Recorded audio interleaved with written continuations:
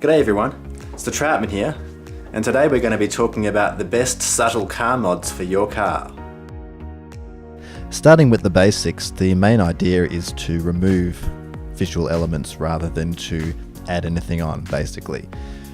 So a case in point, my first car was a 1989 Ford Fairmont Ghia, a bit like the one in this picture.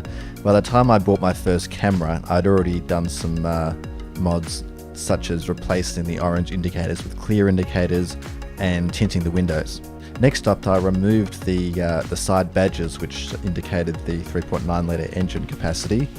I proceeded to colour code the door handles. I even went as far as colour coding the windscreen washer jets. When I retrofitted later model exterior mirrors, I made a point of leaving them black. Now in those days, black meant base model and upmarket models had colour-coded mirrors, but I thought that the black was a cleaner look. Many years later, models like the 2013 HSV and FPV range of the time and Skoda and others moved in the direction of black exterior mirrors on upmarket models. So maybe I was a bit ahead of my time there. But the other reasoning that we thought that the traditional exterior mirror was a bit of a dated element, and we thought that at some point there would be rear view cameras, but that's only just starting to happen now with models like the Audi e-tron. Anyway, the car now looked like this, and the next step was to get rid of the gap between the wheels and the wheel arches by lowering it. The next step was a set of 16-inch alloy wheels of the XR8 Sprint variety, which I was very keen on. And I even went as far as tracking down centre caps, which were blank basically, for a cleaner look. And that was about as far as I got with that car. The next one I had was a 1990 Ford Laser, which was a runabout at the same time.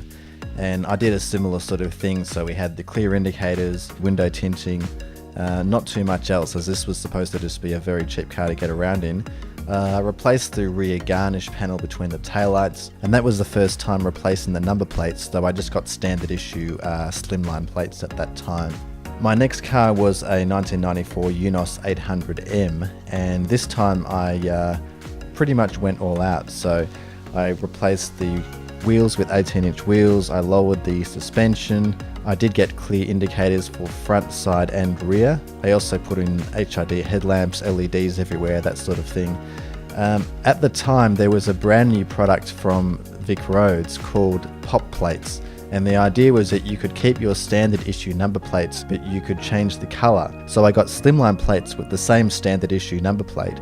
And that was very easy to retrofit. My next car was a 1998 Unos 500, which was actually the lower model than the 800, but I was a little bit overspending so much money on cars, so this was supposed to be like a bit of a compromise. It was like a midway between the Ford Laser and the Unos 800. In order to get clear rear indicators, I actually had to retrofit an older model rear taillight. I did the pop plates again, so standard issue number plates, but this time they were black. And this was the first time that I discovered Kingpin brand number plate protectors from Autobahn. Not only were they protective, but they seemed to have an aesthetic value as well. My next car was a 1999 VT Calais, which was my first V8, and the mods that I did to that were, again, pop plates. I got rid of the body kit that it came with, which I didn't think was particularly appropriate. You'll notice the theme as the cars get newer that there's less and less that one can actually do to them.